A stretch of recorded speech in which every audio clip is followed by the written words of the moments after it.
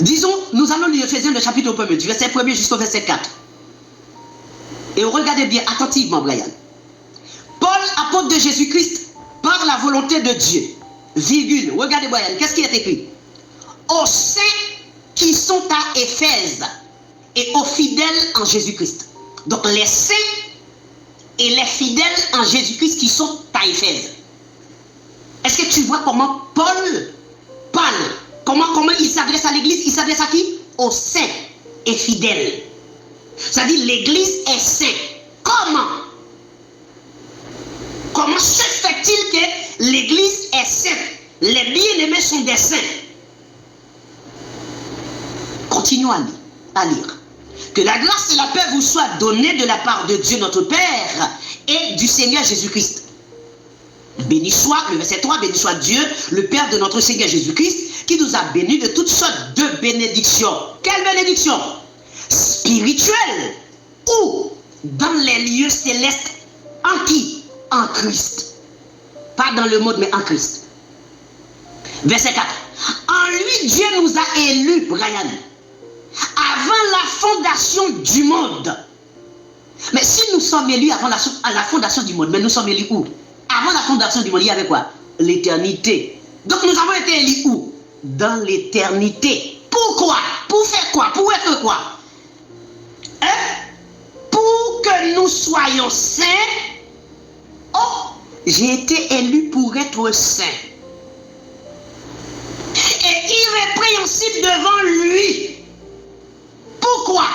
Verset 5. Nous ayant prédestinés dans son amour à être ses enfants d'adoption par Jésus-Christ selon le bon plaisir de sa volonté. Là, on parle de la prédestination de la sainteté. Je vous l'ai dit déjà. Ce n'est pas un hasard si vous êtes enfant de Dieu. Ce n'est pas un hasard si vous êtes élu. Ce n'est pas un hasard si vous marchez dans la voiture. Ce n'est pas un hasard. C'est pour cela que je vous dis, vous pouvez savoir si vous êtes élu, si vous êtes sauvé. Ce n'est pas compliqué. Ce n'est pas impossible.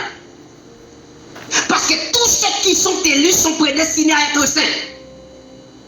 Oh, des gens me disent, non, on ne peut pas être saint. Et si vous dites ça, vous n'avez pas de Bible alors. Prouvez-moi qu'on ne peut pas être saint.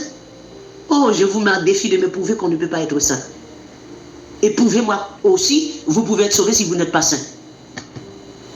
Ah, déjà, les apôtres appellent l'église des saints.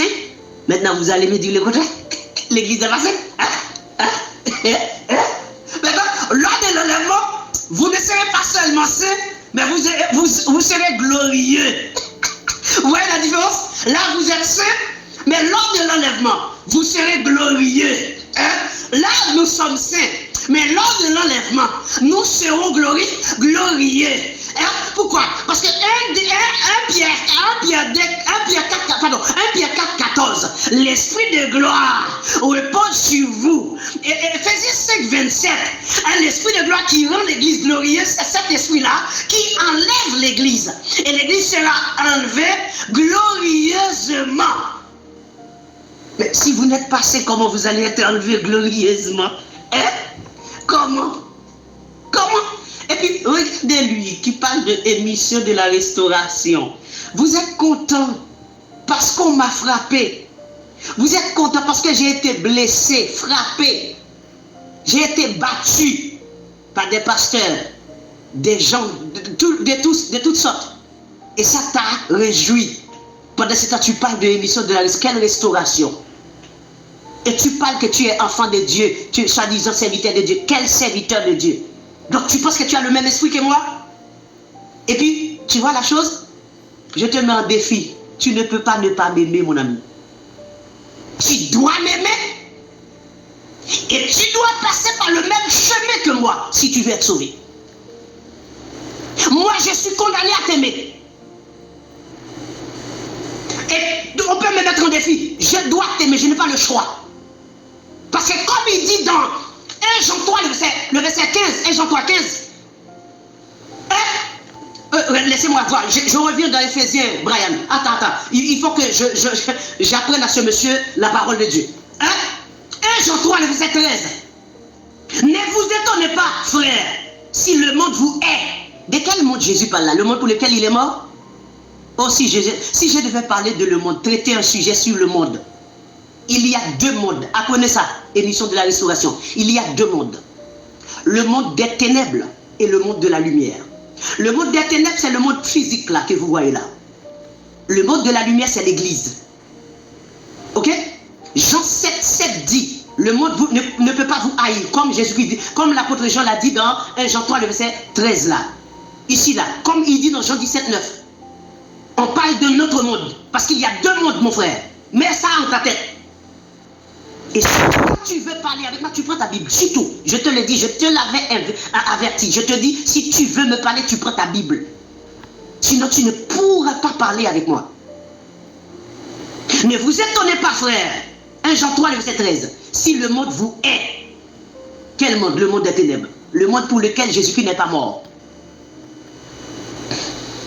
Le monde qui est destiné à la géhenne, à la perdition. C'est ce monde-là. Le monde pour lequel Jésus-Christ n'a pas prié.